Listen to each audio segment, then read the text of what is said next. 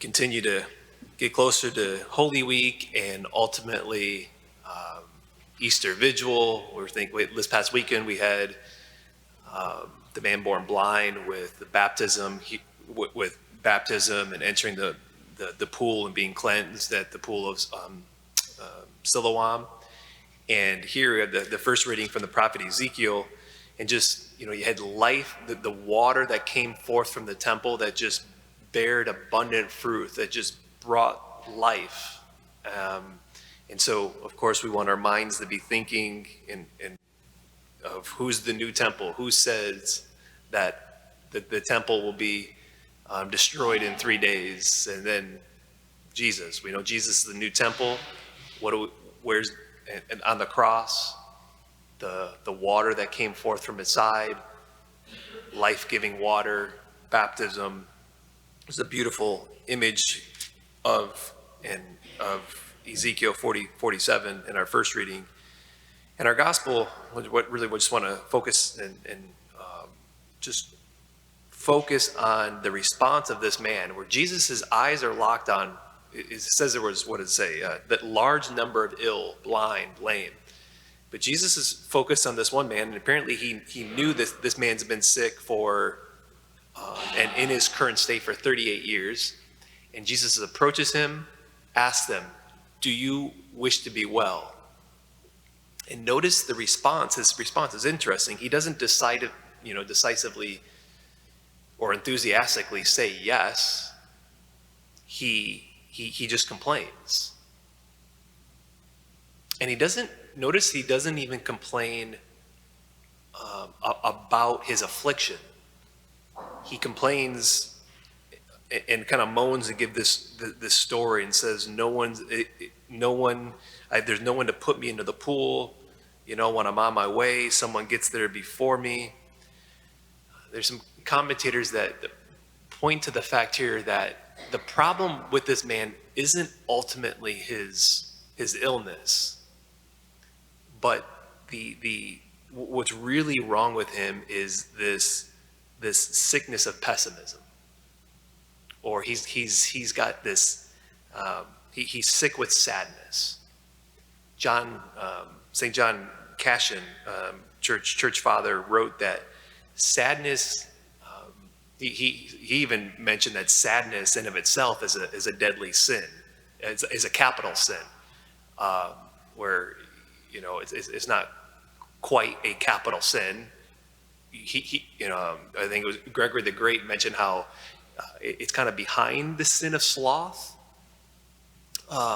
insofar as that it's like sadness can lead to separation and isolation, both from our loved ones and from God. Now, like, sadness is just, it's a human experience that we can experience every day. So, like, sadness is not a sin. A lot of times, I think, especially today, when the feeling of sadness comes, we don't want to. It's like, let me go on the phone, let me turn the radio on, let me do anything other than just confront and be sad. But being sad is a human experience, and it's okay to be sad. Where it becomes a problem is when we don't recognize it, when we don't become aware of it, and we're not relating it to God. I mean, look at the Psalms. The Psalms of lament are just, there's many Psalms of lament of, okay, I'm aware of the sadness, I'm relating it now to the Lord, and I'm actually in communion with the Lord in my sadness. So that's one side that we don't do, I think, well today, is just, okay, sadness comes, I don't want to go there, I don't want to be sad. The other side is that like sadness goes too far and it's not related to the Lord, and it slips into, I think, what this man has had for 38 years, it slips into self-pity. And self-pity is not good. It's never good. Self-pity, I think, is really along the lines of what acedia is, and that is a capital sin. And Aquinas describes acedia or acedia as sadness that comes from unwillingness to tackle difficulties to attain something good. And so it leads to inaction of doing the good. a lot of times the spiritual sloth or acedia, it can experience it towards like the reluctance of entering into the difficulty of prayer. Prayers are good, but there's a sadness that comes from the unwillingness to tackle the difficulties.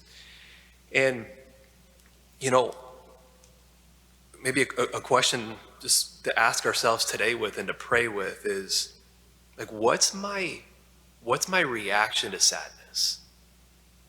Sadness is a human reaction. You could experience sadness multiple times today. I think a lot of it depends on how attentive we are with our thoughts and our feelings. When I experience sadness, what's my reaction to it? Do I lend more? Do I have a tendency more to, I'm not going to be sad. I don't like to be sad. I'm not going to recognize it. I'm not going to relate it to the Lord. Is it more towards that end do I go? Or is it more towards the end of self-pity?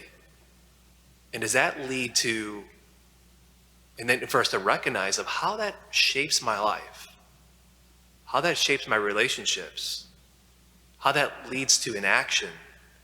You know, I just think of maybe the habits that we the habits that we have, relationships that we're in, that maybe don't progress or don't change because of self-pity.